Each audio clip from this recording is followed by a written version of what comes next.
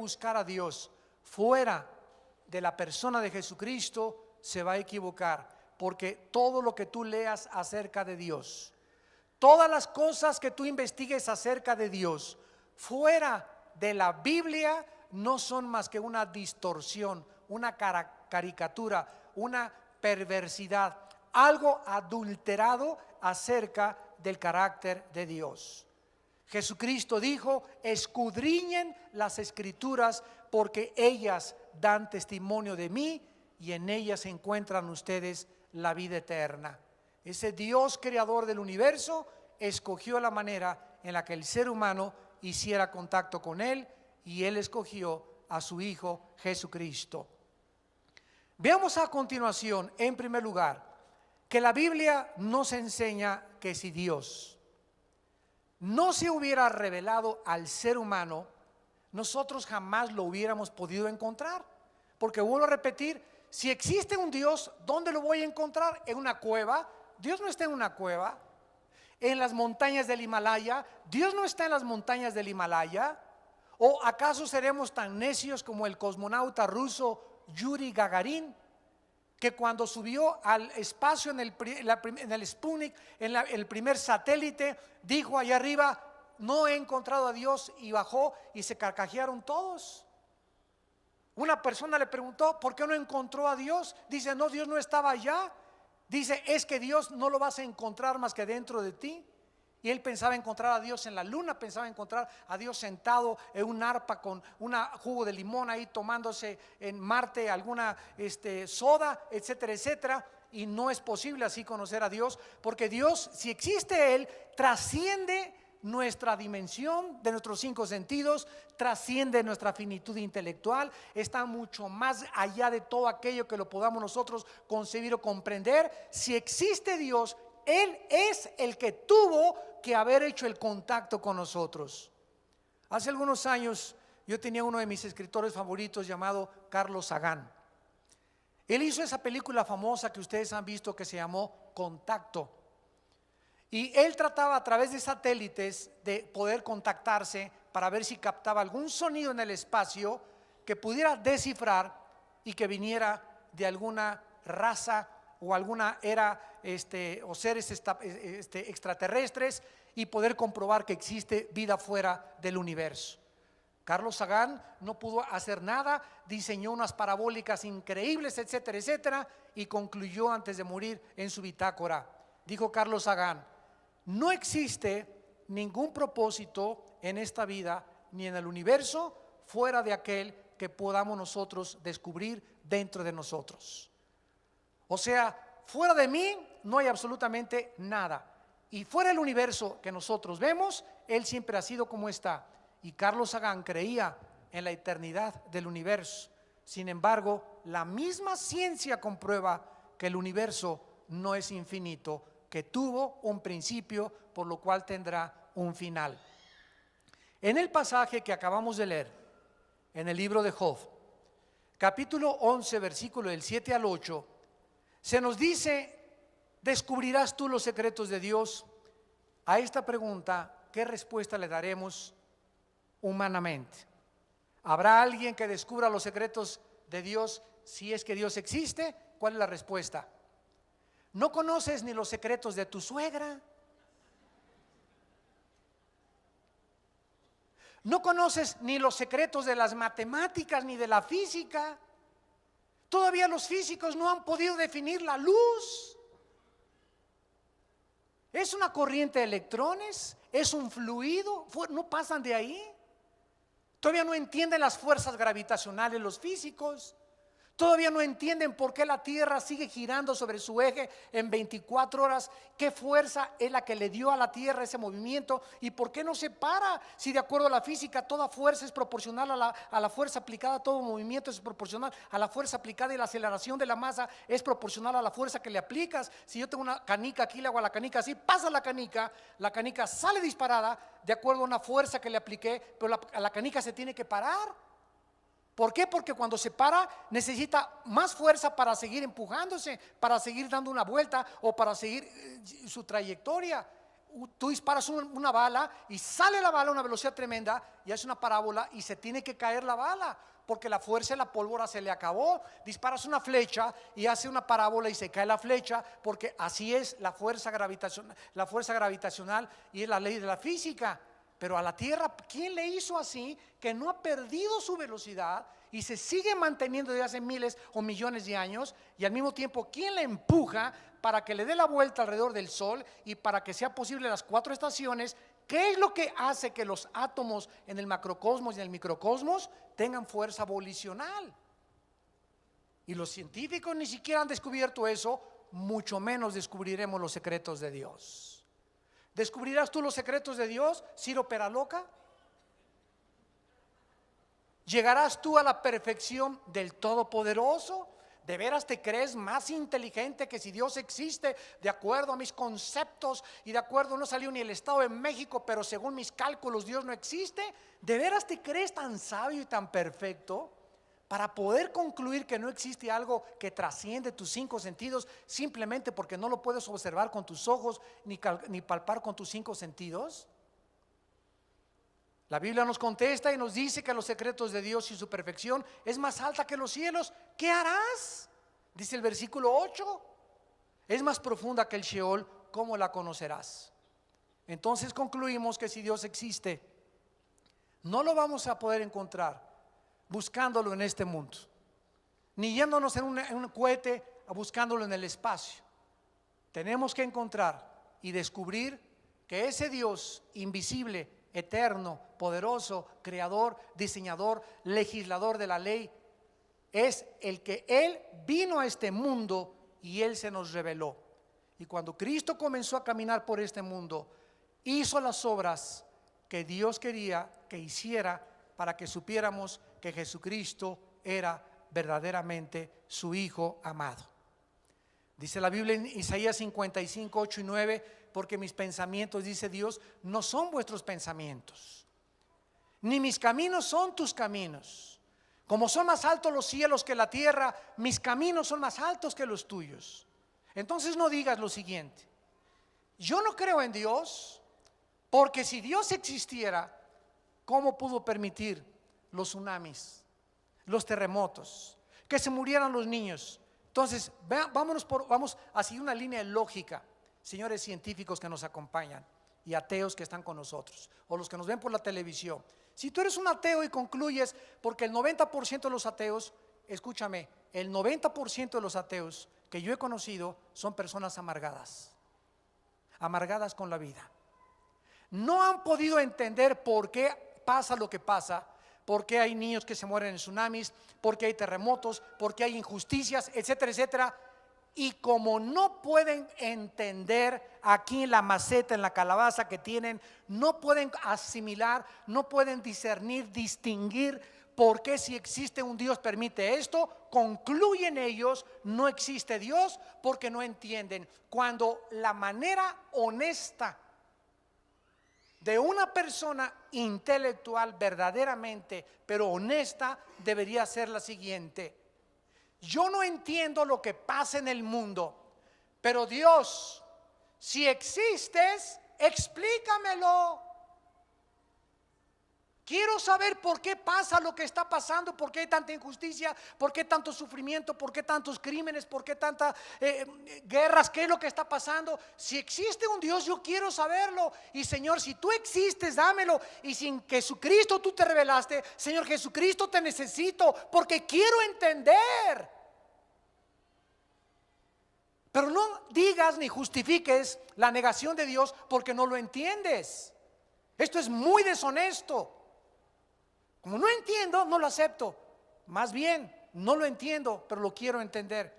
Y si hay alguien que te lo puede explicar, porque en tu finitud no lo entiendes, necesitas entonces a Dios. Porque no eres sabio, tienes el cerebro, y yo tengo el cerebro comparado al de Dios de un renacuajo. Una vez les conté la historia de un gran santo y uno de los más grandes pensadores que a mí me desafió, porque yo antes de ser cristiano era ateo.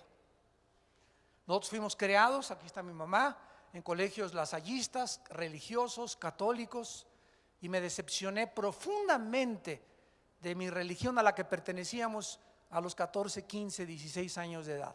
Me decepcioné tremendamente por todas las cosas que veía, ¿verdad?, en mi religión, y me brinqué al extremo. Me hice ateo y me convertí en enemigo de Dios.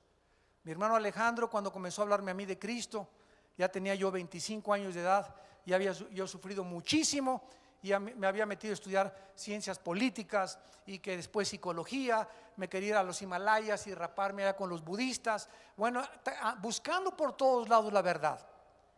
Y en ningún lado podía yo encontrar nada hasta que mi hermano Alejandro un día me dijo que te reto, te desafío a que leas la Biblia.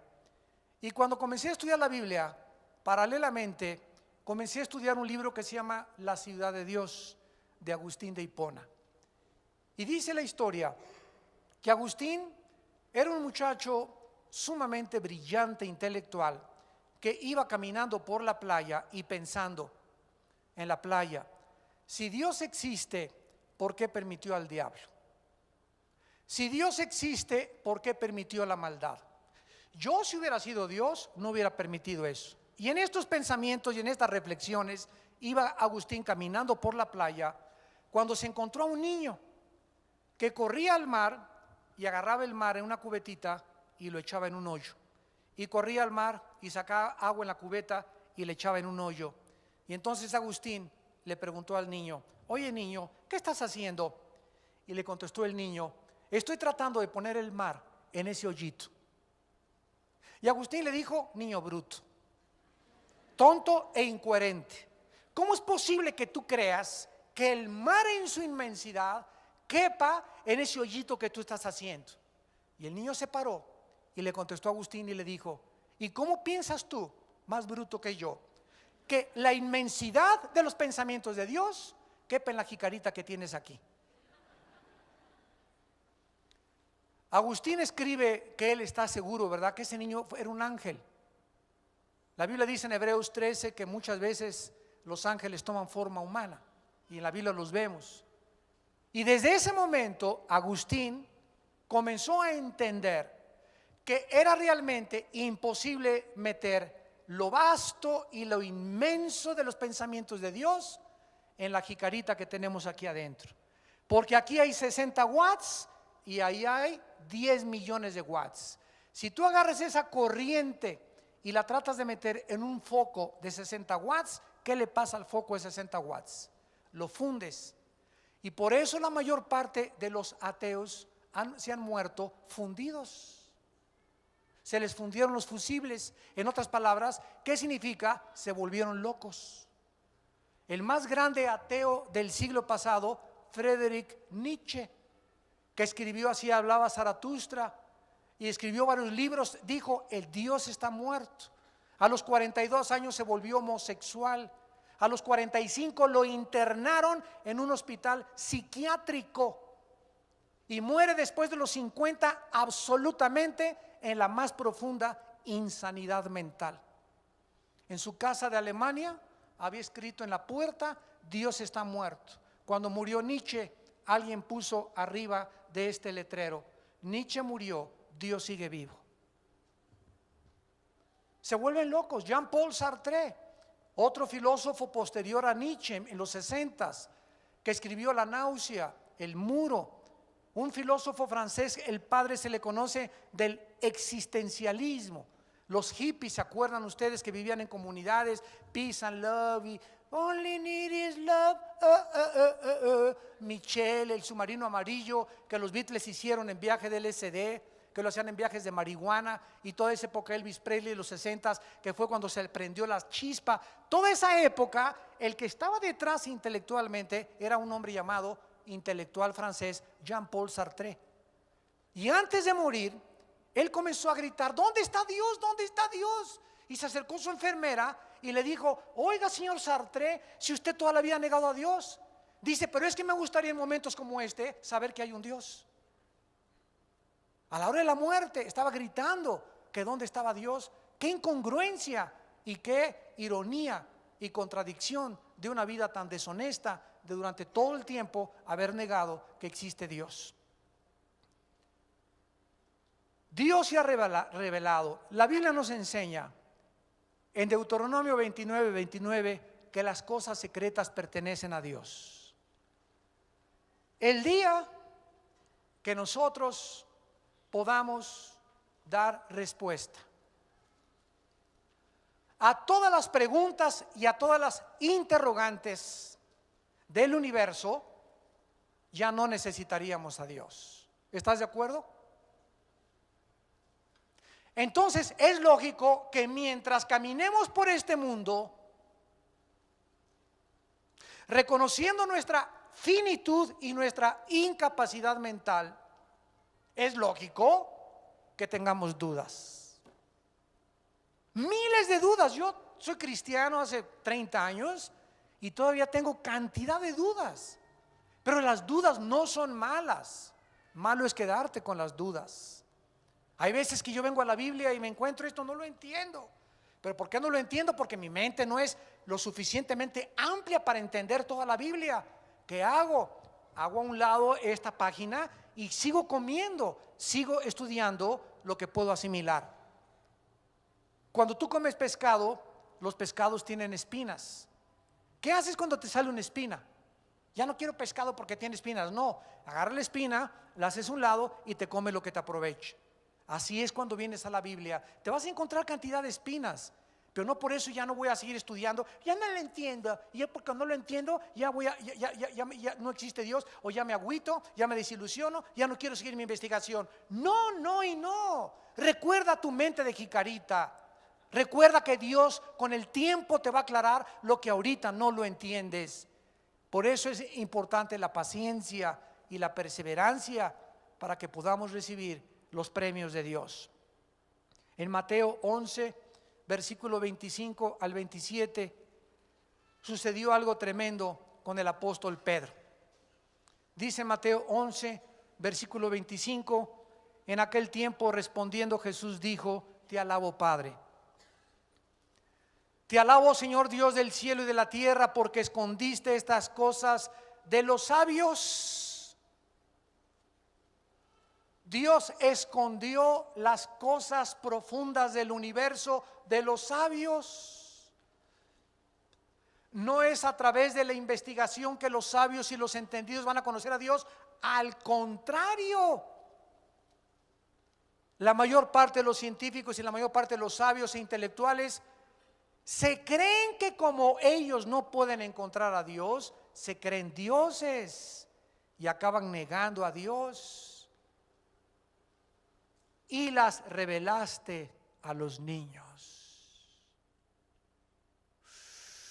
Dios esconde los misterios del universo y de su persona y de su carácter de los grandes maestros, de las grandes mentes brillantes, porque Dios sabe que esas personas brillantes e inteligentes con premios Nobel de literatura y de ciencia y de química y de física, ellos inevitablemente se enorgullecen de su conocimiento y se vuelven arrogantes. Y creen que porque ya tienen 2 o 3 cuadritos ahí colgando que dice doctor en filosofía y letras, doctor en ciencias políticas, premio Nobel de química de 1900 fulano de tal, ya creen que con eso los traen a la televisión y el mundo se vuelca hacia esas mentes como Alberto Einstein, como Stephen Hawking, etcétera, etcétera. Jean-Paul Sartre, maestro de maestros, gurú Hashima Maharashi Katakachi. Se rapan y porque traen la cola de caballo, el maestro. Viene un hombre del Tíbet, el Dalai Lama: maestro, díganos los misterios del universo, usted que tiene contacto con Dios. Cuando el Dalai Lama dice que él ni siquiera conoce a Dios. ¿Por qué el Dalai Lama no lo conoce? Porque es ateo.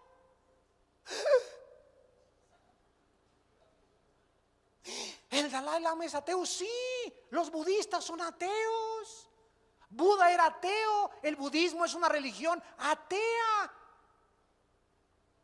Gautama Buda era un príncipe y vivía en un palacio con todos los conforts y con todas las comodidades del mundo, y se hartó del dinero de su padre y le dijo Gautama Buda a su papá, papá, ya no quiero vivir aquí en el palacio, quiero ir al mundo, salirme de las murallas del palacio y quiero conocer el mundo. Y salió Buda de su palacio, del palacio de su padre, y se encuentra limosneros, se encuentra leprosos, se encuentra personas sufriendo, y le impacta tanto a Gautama Buda el sufrimiento del mundo que dedica su vida a descubrir por qué sufre el ser humano, y nunca lo encontró. Acabó en McDonald's.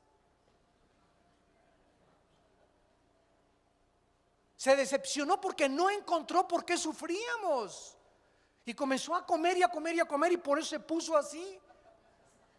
Pero él jamás dijo, cuando fundó su filosofía y religión, no, esto nos concluye que no todas las religiones son teístas. Hay religiones que son ateas. El comunismo es otra religión y es ateo. Entonces, ¿de dónde sacaron? Cuando voy a la universidad me dice un maestro: oiga, pero usted no viene a hablar de religión, ¿verdad? ¿Aquí se habla de religión? ¿Aquí se habla de Hitler? Sí. ¿Se habla del comunismo? Sí. ¿De la dialéctica materialista? Sí. ¿Se habla de Buda? Sí. Entonces, ¿por qué me hizo a mí que no hablo de religión? Porque traigo la Biblia. ¿Que usted no sabe que los religiosos también son ateos? Y la gente no sabe que hay religiones ateas, como el budismo es una religión atea. Los budistas no creen en Dios, ni le oran a Dios, ni le oran a Buda. Entonces, ¿cómo podemos nosotros, verdad, creer que un ser humano, igual que tú, igual que yo, nos pueda responder los secretos del universo? En Mateo 16, el apóstol Pedro dice en el versículo, Mateo 16, versículo 13, en Cesarea de Filipo, Cristo preguntó a los discípulos diciendo: ¿quién dicen los hombres que es el Hijo del Hombre? Es una pregunta muy relevante. ¿Quién dice tu maestro? Pregúntale a tu maestro que es Cristo. Escuchen, te van a contestar: Cristo fue el primer revolucionario. Cristo fue un comunista. Cristo fue un gran moralista. Cristo fue uno de los grandes iluminados. Cristo fue un hombre santo. Esta es la opinión que, si tú le preguntas al mundo, te van a contestar. Pero nadie te va a contestar lo que Pedro le contestó a Cristo. A Cristo le interesaba saber qué decían las gentes acerca de él. ¿Qué dicen los hombres? ¿Quién soy yo? Le contestaron y le dijeron: unos Juan el Bautista, otros Elías, otros que eres un gurú, otros que eres un revolucionario, otros que eres ahijado del Che Guevara, etcétera, etcétera. Él les dijo: ¿y ustedes? Ya no me interesa lo que la gente diga. ¿Ustedes quién dicen que soy yo? Respondió Simón Pedro y le dijo: tú eres el Cristo, el Hijo del Dios viviente. Entonces le respondió Jesús: bienaventurado eres, Simón, hijo de Jonás, porque no te lo reveló ni Jean-Paul Sartre, ni la ciencia, ni la química, ni la física, ni tus investigaciones, ni ninguna universidad. No te lo reveló la carne ni la sangre, sino mi Padre que está en los cielos. Cuando yo me convertí al cristianismo y dejé el ateísmo, ya no vi a Cristo como el Che Guevara, como un grande iluminado, como un gran maestro moralista, como uno de los grandes santos de Dios, como uno de los tantos gurús, como le llaman también muchas personas, sino que cuando yo me encontré con Cristo y lo pude ver a través de la iluminación que Dios, al darme su espíritu, me abrió mi mente, lo vi y le pude decir: tú eres mi Señor y mi Dios. No me vengas con que fue un gran maestro moralista, un gran iluminado, un gran revolucionario, porque toda esta perspectiva que tú tienes acerca de él es por la ignorancia, porque no sabes que él es el Hijo del Dios viviente. Para que una persona pueda ver a Cristo como lo que él es, necesita ser iluminado por el Espíritu de Dios. Lo necesitamos saber a través de la revelación. Veamos en segundo lugar el debate acerca de la existencia de Dios. En primer lugar, el progenitor o el inventor de la psicología moderna, Sigmund Freud, postuló una declaración que es la antítesis, o sea, totalmente lo opuesto de lo que la Biblia dice. Sigmund Freud, en su libro El futuro de la ilusión, 1928, dijo estas palabras: el ser humano inventó a Dios. Esto es lo que dice el padre progenitor de la psicología moderna. Freud dijo en su mismo libro El futuro de la ilusión: el ser humano necesita desesperadamente seguridad en medio de un mundo donde no tiene el control sobre todas sus circunstancias, por lo cual tuvo que inventar la existencia de Dios. Continúa Freud diciendo: la invención de Dios se debe al temor que el ser humano tiene ante la muerte y ante todo lo desconocido, por lo cual el ser humano se volvió incorregiblemente religioso.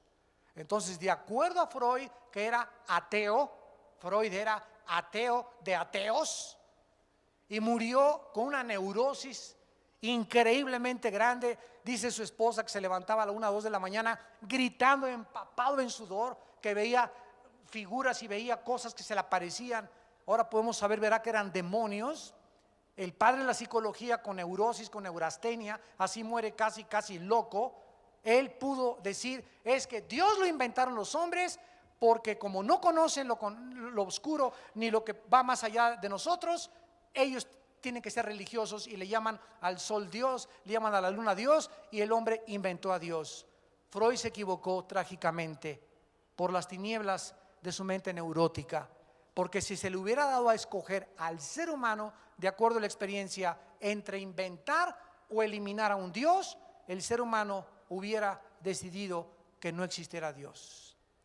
Al contrario, si al ser humano se le hubiera dejado sin la revelación de Cristo y de la Biblia, a ninguno de nosotros nos conviene que existe Dios. Porque el momento en que yo sé que existe Dios y que es un juez y que después de la muerte nos va a juzgar, ya mi vida está amenazada. Ya mi vida está confrontada. Es un trauma enfrentarme a un juez que me va a juzgar y que me está diciendo: no puedes hacer en la vida esto y esto y esto porque es pecado, esto y esto sí te lo permito. A mí no me conviene que ese Dios exista, porque ese Dios viene a tomar mi autonomía. Nos viene a robar lo que más amamos: ser libres, pero no libres sino libertinos. Que nadie nos diga lo que es bueno y lo que es malo. Yo, si me gusta otra mujer, me voy con ella. Si me quiero emborrachar, me emborracho. Si me gusta esto, lo hago. A mí no me conviene que exista ese Dios.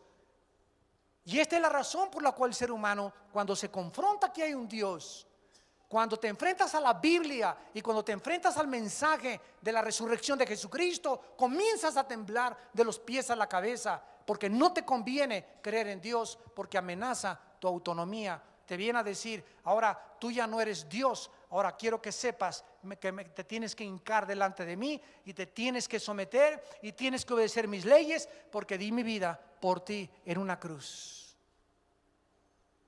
Y a ti no te conviene que nadie te venga a decir lo que tú tienes que hacer ni lo que yo tenga que hacer.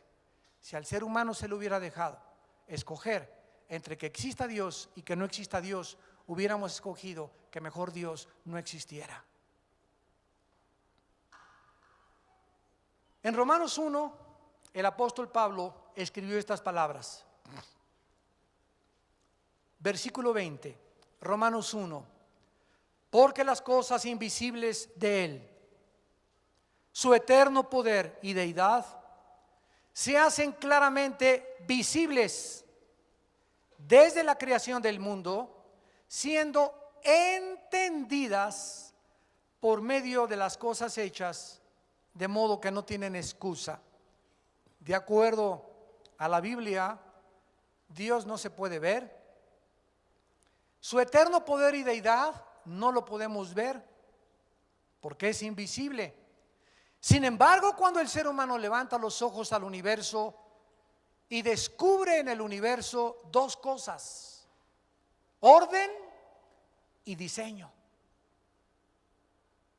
Orden increíble de los planetas, el movimiento de las galaxias, el movimiento perfecto y la distancia perfecta del Sol a la Luna, de los satélites de la Luna a la Tierra, la maravilla de oxígeno que respiramos, que es una combinación perfecta de hidrógeno, oxígeno, gases, y que al hacer así me permiten yo tener vida, y que si salgo en la atmósfera esta combinación de gases ya no existe en el espacio más que aquí.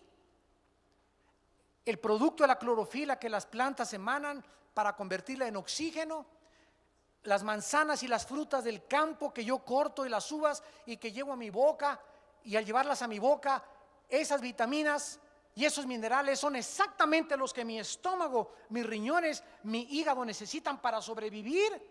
Todo está interrelacionado: el oxígeno, las plantas, la comida, el propósito, pienso, luego existo, existo, luego huevo, etcétera, etcétera. Nunca un chango dice: esta manzana la hizo Dios. Ni has visto a las jirafas que se hinquen tampoco con el cuello, que le hagan así a Dios tampoco.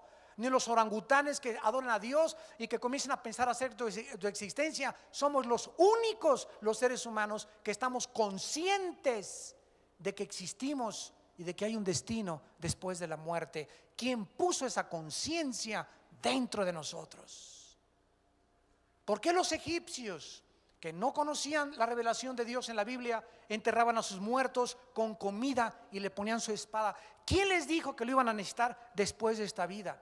Los aztecas, las tribus que tú me quieras comentar y decir, no hay una cultura, no hay una civilización en la historia que no haya creído o adorado a algún Dios, porque llevamos la eternidad dentro de la conciencia, porque la Biblia dice que fuimos creados a imagen y semejanza de Dios.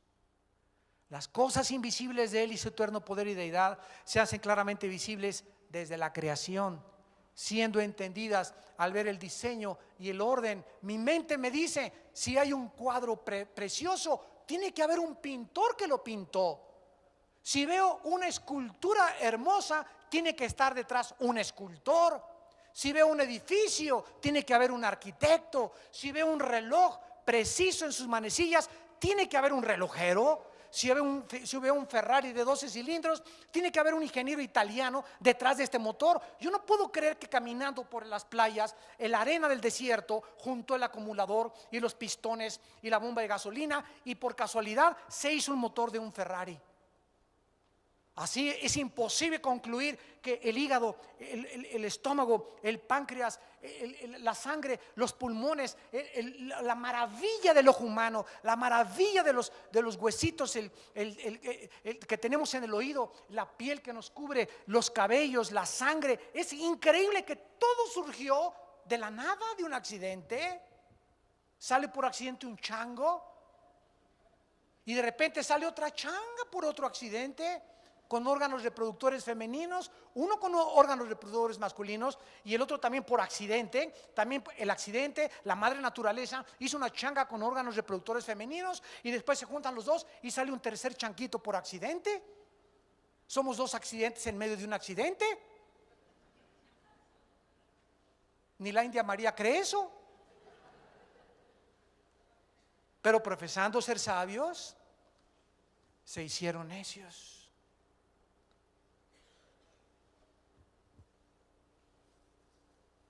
Dice la Biblia aquí en Romanos, versículo 21, pues habiendo conocido a Dios, no le glorificaron como a Dios, ni le dieron gracias. El ser humano no quiere reconocer a Dios, no quiere darle gracias, sino que se envanecieron en sus razonamientos y su necio corazón fue entenebrecido. Y así es como la Biblia describe la mente de Freud, de Nietzsche, de Sartre, de Carlos Sagan, de Adolfo Hitler, de Saddam Hussein, de esos los Césares romanos, de inventores, de escultores, que a los ojos del mundo, grandes mentes, grandes filósofos, sin embargo, pasaron por esta vida sin haber jamás descubierto a Dios. Y cuando se murieron no te llevas ni la química, ni la física, ni las matemáticas, ni todo lo que aprendiste. Cuando nos muramos, lo único que nos llevamos y que nos va a servir en el cielo es el conocimiento de Dios. Juan 17:3, y esta es la vida eterna, que te conozcan a ti y a Jesucristo, a quien tú has enviado. Vamos a ver que aunque la evidencia de Dios es demasiado clara e irrefutable, la negación de la existencia de Dios, la Biblia le llama necedad. Salmo 14:1, el necio dice en su corazón, no hay Dios. Es una necedad. Una persona atea es una persona deshonesta, filosófica y racionalmente. Es una persona absurda en sus pensamientos y en la coherencia de su lógica elemental, siguiendo la línea de la lógica elemental. Y aunque Dios no puede ser probado, como una vez, hace muchos años, un gobernador del estado de Tabasco llegó a un pueblito y él se dedicó a matar cristianos y a quemar iglesias en el estado de Tabasco. Le llamaban Garrido Canaval. Y cuenta una historia, cuando estuve yo ahí en Tabasco, que me la contaron, que cuando llegó este gobernador en un caballo a una de las iglesias, agarró a todos los cristianos que estaban ahí enfrente y les dijo, a todos ustedes los reto que me demuestren que Dios existe y voy a creer. Había una viejita entre los cristianos que sacó una naranja y la partió a la mitad. Y agarró la naranja y se la exprimió. Y le dijo a la viejita al gobernador de Tabasco, ateo, dígame a qué sabe la naranja. Y él le contestó, vieja tonta, ¿cómo lo voy a saber? La tengo que probar. Y la viejita le contestó, así es Dios, Señor, lo tiene usted que probar. Así hay mucha gente, ¿verdad?, que quieren, pruébame que Dios existe, quiero esto, pues es una cosa, tú lo tienes que experimentar en tu vida. Es algo personal y es algo individual. Dice en Romanos 8, el Espíritu nos da testimonio a nuestro espíritu de que somos hijos de Dios. No es hasta que tú le entregas la vida a ese Dios que no conoces, pero que Él quiere que tú le conozcas y entrar a tu vida, que cuando Él entra a tu vida, Jesús dijo, yo y mi Padre nos manifestaremos en tu corazón. Los argumentos que usamos para demostrar la existencia de Dios son de diferente carácter. En primer lugar tenemos los argumentos que se llaman deductivos, como el argumento teleológico. Teleo significa en el griego perfecto o completo. Teleológicos. Esto significa que cuando observamos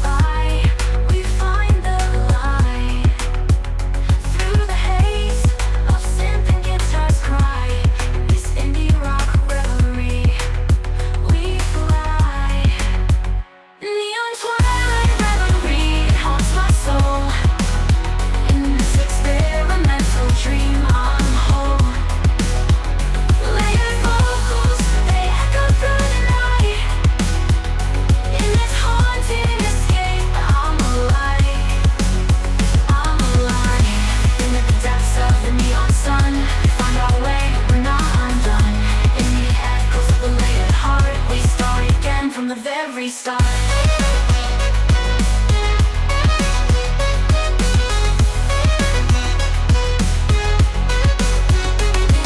Twilight reverie, it haunts my soul. In this experimental dream I'm whole.